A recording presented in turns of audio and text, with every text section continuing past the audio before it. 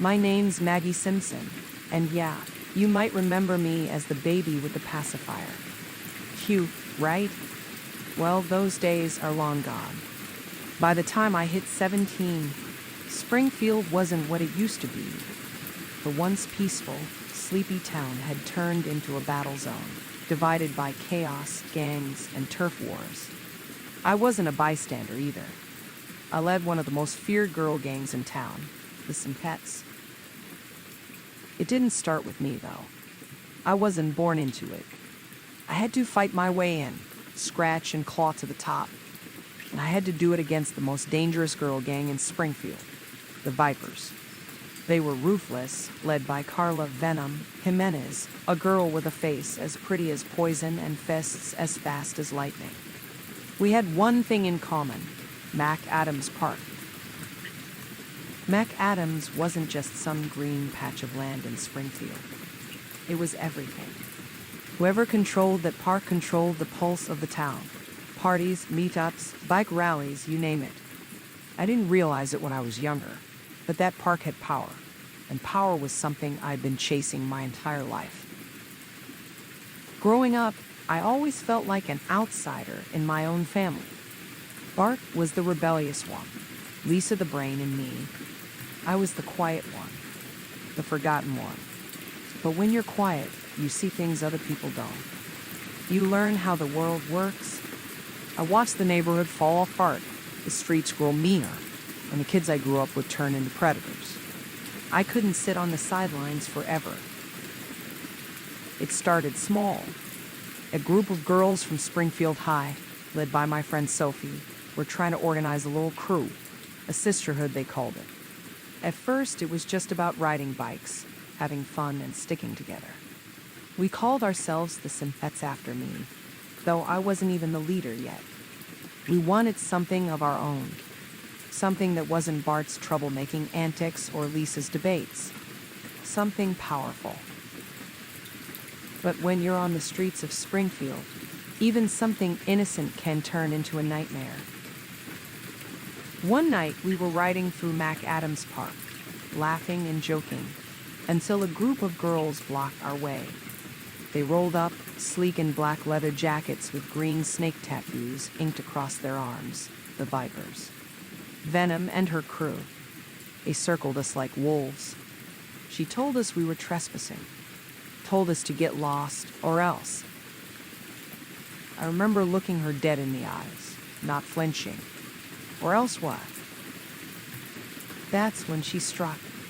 It was fast, like a snake, right to my jaw. The taste of blood hit my mouth, but I didn't back down. No, I came back swinging. It was messy, brutal, and in the end, we got thrashed. Hard. Sophie ended up with a broken arm. A couple of the other girls were crying, but I didn't shed a tear. I couldn't. The rage in me was too thick, too raw.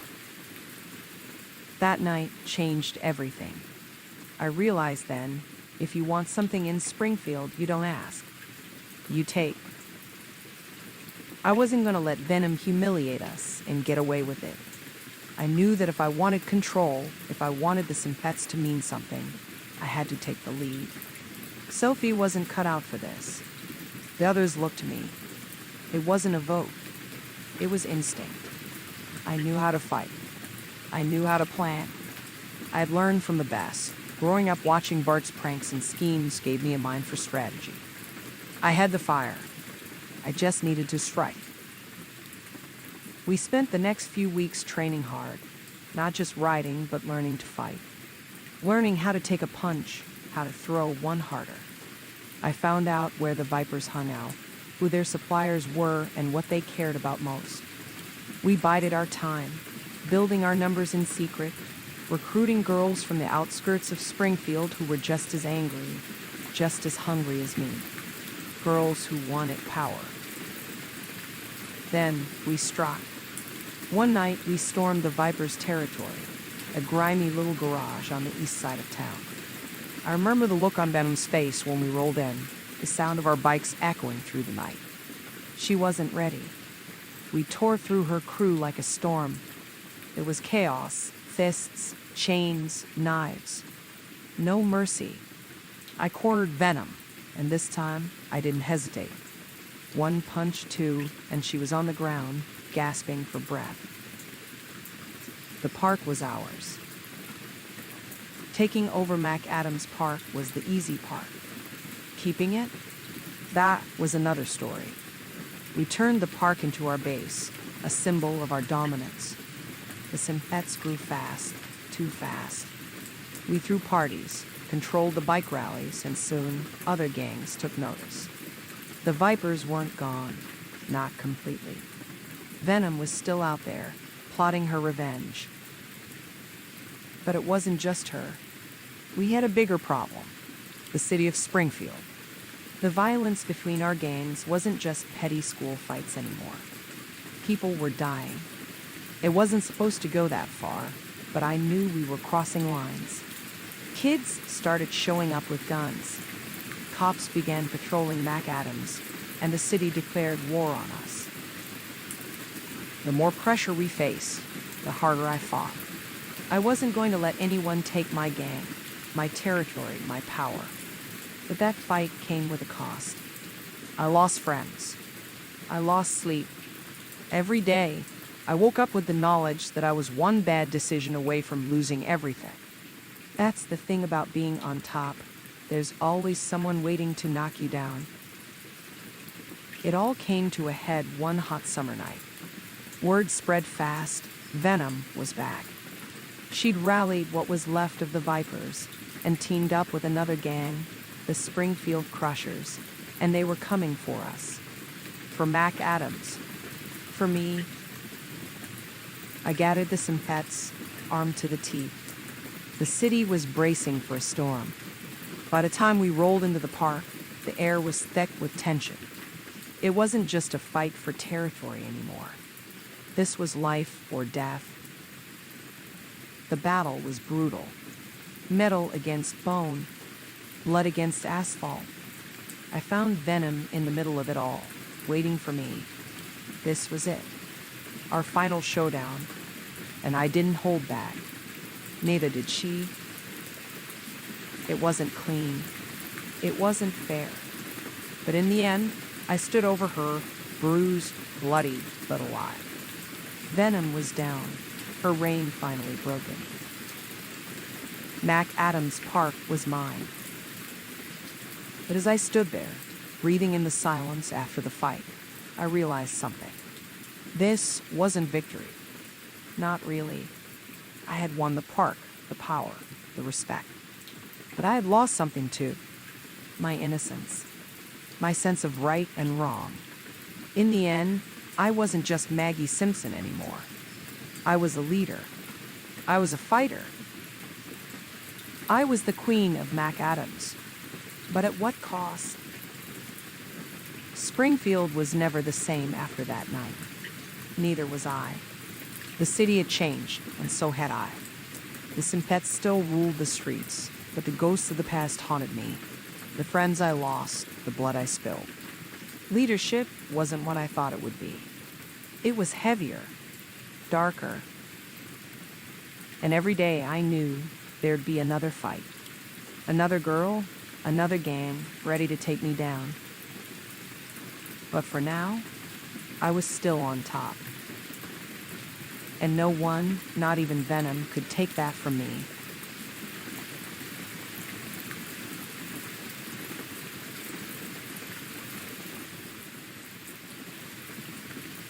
After that night in McAdams Park, I thought I had crushed the Vipers for good. Venom was gone, her crew scattered, and the park was mine. But power in Springfield was always shifting, like sand underfoot. And the more I learned, the more I realized you can never truly kill a snake. Her name was Raina Cruz, Reckless Raina, they called her. The moment I heard the whispers about her, I knew she was trouble. Raina wasn't some small-time thug trying to hold on to scraps of a broken gang. She was a force of nature, a whirlwind with dark hair, tan skin, and eyes that could cut through steel. Venom had been mean, but Raina was ruthless. She came out of nowhere, it seemed, I heard she used to run with a crew in Capital City, got locked up for a few years in juvie, then re-emerged with a reputation that sent shivers down even the hardest criminals' spines. The Springfield Vipers saw her as their savior, the one who could bring them back from the dead, the girl who could take me down. Her rap sheet read like a horror story. Armed robbery, Capital City Mall, 3 people shot. Arson, burned down 2 competing gang houses. Attempted murder, stabbed a girl in broad daylight. Extortion, ran protection rackets in 2 schools. Grand Theft Auto stole 4 luxury cars in a single week. She didn't just break the law, she shattered it. Raina lived for chaos, for destruction. Her name wasn't just a nickname, it was her nature. She wasn't reckless because she didn't care about consequences. She was reckless because she enjoyed them. I thought I'd won the battle, but with Raina in charge of the Vipers, the war was just beginning. Weeks went by in uneasy silence. The Simpettes ruled Mac Adams Park, but I could feel it in the air. Raina was coming for me. Her moves were subtle at first. A couple of my girls got jumped in the alley behind Moe's. Another girl found her bike stripped and smashed to pieces. It was classic intimidation, the kind you do to shake the foundation before you go for the kill. I couldn't let that happen. Not again. Sophie, my right-hand girl, was worried. Maggie, we should strike first, end this before it gets out of hand. But I knew better. This wasn't the time for rash moves. Raina wasn't Venom. She wouldn't fall for a simple ambush.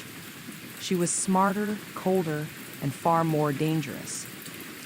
I had to play this right. And so I waited, knowing that when Raina made her move, I'd be ready. The night Raina finally showed her face in Mac Adams Park, it was like watching a storm roll in. I heard the roar of motorcycles long before I saw them. Sleek, black machines ripping through the night like thunder. The Simpettes and I were already in the park, gathered around the old fountain, our bikes lined up, the girls tense and ready for war. Raina rolled in at the head of her crew, her face unreadable. She wore a tight leather jacket, a vicious grin playing at the corners of her lips. Behind her, the Vipers stood tall, weapons in hand, chains, bats, crowbars. They were ready for blood. I noticed a few new faces among them, tougher, meaner looking than the old Vipers. Raina had clearly been recruiting from the roughest parts of town. She stopped her bike a few feet from mine, cut the engine, and got off, walking right up to me like we were friends about to have a casual chat. "You know why I'm here, right?" she asked, her voice low and dangerous. There was something unsettling about her calm, like a bomb about to go off. I didn't flinch. "This is my turf, always has been, always will be." Raina chuckled. "Not anymore, sweetheart. I'm taking Mac Adams back, and I'm taking you down." Before I could respond, Raina lunged at me. No warning, no hesitation. I barely had time to duck as her fist came flying toward my face. And just like that, the fight was on. What happened next was pure carnage. The park exploded into violence as the Simpettes and the Vipers clashed in a brutal, bloody brawl. Fists flying, chains swinging, screams echoing through the night. I squared off with Raina, dodging her wild strikes, feeling the heat of battle surge through me. She was fast, faster than I expected, but I wasn't going down easy. Her fist connected with my ribs, and I felt the sharp sting of pain shoot through my side. I gritted my teeth and came back at her with a solid uppercut, catching her on the jaw. She stumbled, but didn't fall. Raina was tougher than Venom. She fought with pure, raw fury, like she was out for more than just a win. She was out for revenge. Behind us, the park was a war zone. I caught glimpses of Sophie swinging a metal bat at one of the vipers, sending the girl sprawling onto the grass. I saw Layla, one of my toughest girls, grappling with a thug twice her size. It was chaos. Absolute, bloody chaos. Raina grabbed a chain from her waist and swung it at me, the metal glinting in the moonlight. I ducked, but not fast enough. The chain caught my arm, tearing through my jacket and skin. I hissed in pain, but there was no time to think. I kicked out at her legs, knocking her off balance. She fell, hitting the ground hard.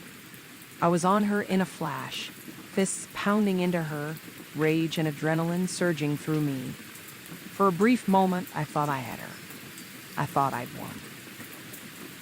But Raina wasn't done. She reached into her boot and pulled out a knife, slashing wildly at my arm. The blade cut deep, and I felt the warm rush of blood. I fell back, clutching my arm, breathing hard. Raina got to her feet, her face smeared with blood, her grin wild and twisted. "This is just the beginning," she spat, her voice dripping with venom. I knew she was right. This wasn't just a fight. This was a war, and it wasn't going to end here. By the time the cops arrived, the park looked like a battlefield. Blood stained the grass, broken bikes littered the ground, and bodies were everywhere, some groaning, others unconscious. Sirens wailed in the distance as the flashing lights of the squad cars lit up the night. We scattered, disappearing into the shadows before the cops could get their hands on us. But the damage was done. The fight was over, and nobody had really won. I sat in my room that night, bandaging my arm, replaying the fight over and over in my mind. Raina wasn't like anyone I'd ever faced before. She was brutal, smart, and relentless. And worse, she wasn't done. She would be back, and next time, she'd be coming for blood. The SIMPETTES were strong, but Raina had shaken us. We weren't invincible. I knew I had to be smarter, harder, more ruthless if I wanted to keep control of Mac Adams. Because Raina wasn't just a girl with a grudge. She was a queen rising in the ruins of a broken gang, and she had her sights set on me. I called a meeting the next night, gathered the SIMPETTES in the back of an old warehouse on the edge of town. The air was thick with tension. We all knew what was coming. "Raina's not stopping," I told them. "She's coming for us, for Mac Adams, and for me, but we're not going to let her take what's ours." Sophie nodded, her arm in a sling from the fight. "What's the plan?"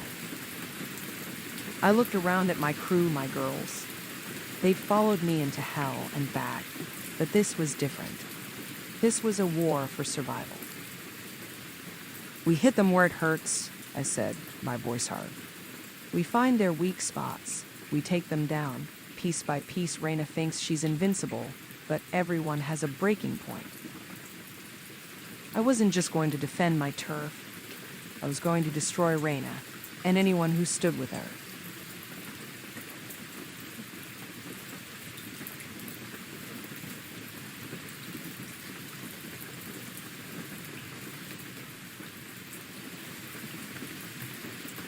After the brutal showdown with Raina and the Vipers, I thought we could take a breath. I thought the worst was behind us. But just when I thought we were on top, something worse emerged from the shadows. Words spread like wildfire through Springfield. A new gang was rolling into town, and they were worse than anything we'd ever faced. They called themselves the Insane Sweeties, and they lived up to their name, sweet on the outside, but ruthless on the inside. They were a gang of girls, pretty, deadly, and completely deranged. Each member had a unique style, dressed in pastel colors with a twisted flair that belied their violent nature. Their leader, a girl named Honey, had a reputation that made Raina look like a schoolyard bully. Their charges were staggering. murder several drive-bys, including a high-profile local politician, robbery numerous stores, including the Springfield jewelry store, kidnapping abducted a family from their home for ransom, assault with a deadly weapon, attacked a rival gang, terroristic threats, several instances of public intimidation. But it wasn't just the crimes that terrified me, it was their method. The insane sweeties didn't just take what they wanted, they enjoyed the chaos they created. They thrived on fear, and Springfield was ripe for the picking. The breaking point came when they hit the Easy Quick market. A group of insane sweeties stormed in, armed and screaming. They rounded up everyone inside, including a familiar face, Marge Simpson, my best friend Lisa's mom. I heard the news from Sophie, who'd been hanging out nearby. "Maggie, they've taken over the Easy Quick. They're holding everyone hostage. Marge is in there." The world around me faded, leaving only the thought of Marge in danger. I had to do something. I couldn't let another innocent life be caught in this chaos. We gathered the Simpettes at the warehouse again, adrenaline pumping through our veins. "We have to act fast," I said, pacing in front of them. "Marge is in there, and we can't let these maniacs hurt her." Sophie looked at me, worry etched across her face. "But Maggie, they're armed and unpredictable. We can't just rush in." I nodded, acknowledging the danger but refusing to back down. "We need a plan. We can't go in guns blazing. We have to outsmart them. Here's what we'll do." Surveillance. I'd split the crew into 2 teams. One team would keep an eye on the market, reporting on any movement inside. The second team would distract the sweeties from the front. We'd create a diversion to draw their attention away from the hostages. Infiltration.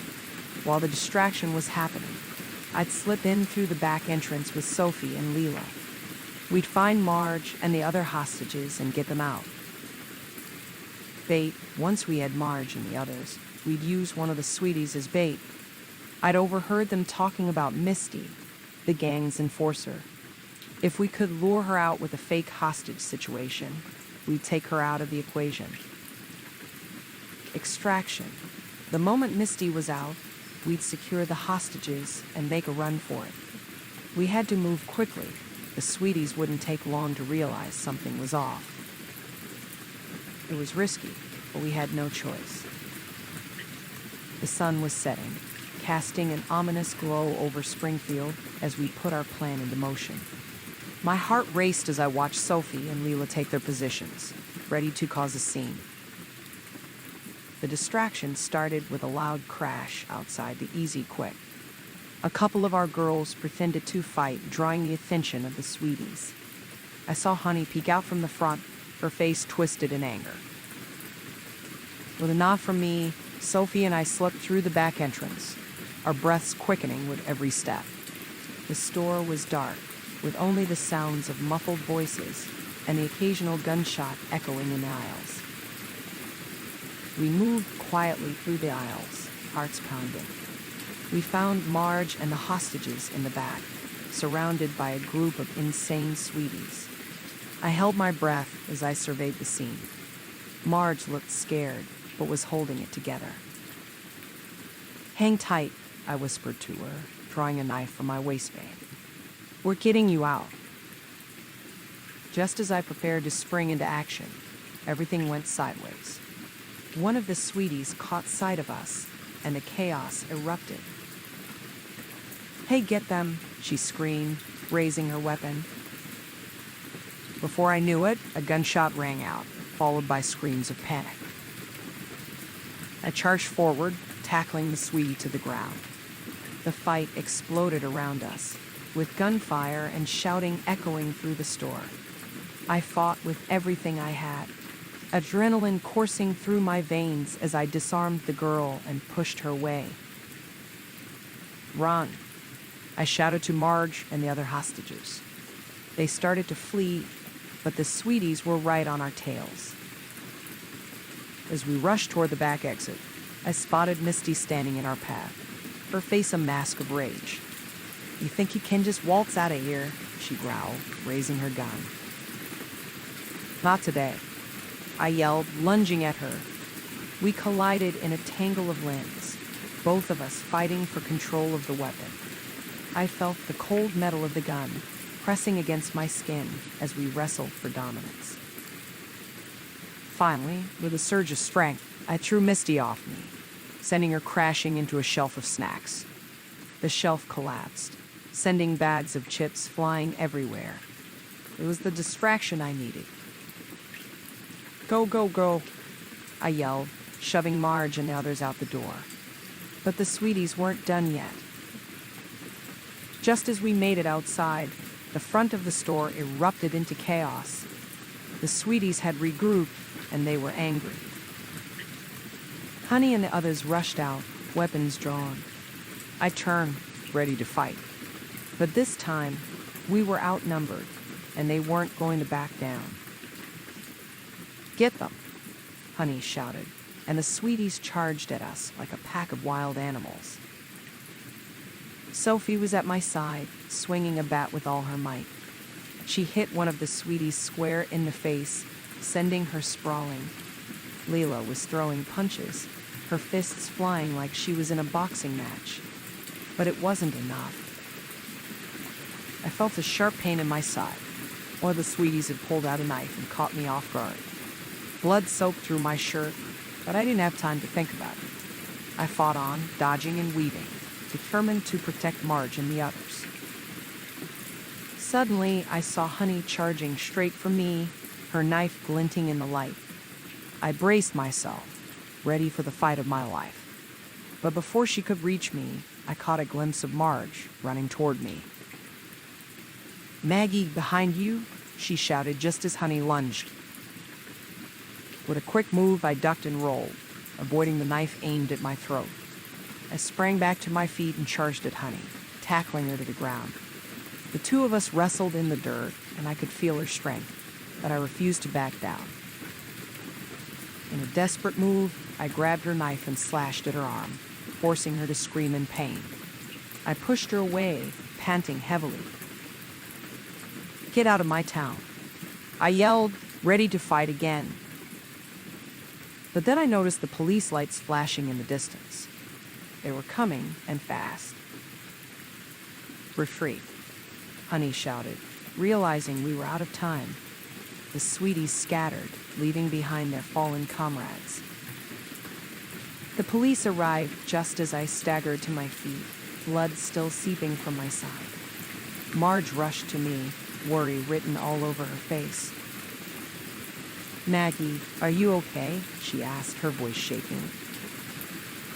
"I'm fine," I lied, but I could feel the world spinning around me. The fight had taken everything I had. The police rounded up the remaining sweeties, and I watched as they were carted away, their reign of terror over, for now. But as I looked at Marge, I knew this wasn't over.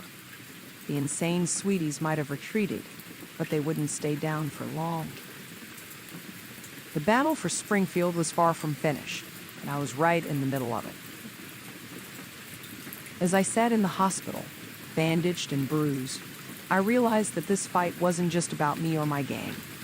It was about protecting our home, about standing up to the chaos that threatened everything we loved.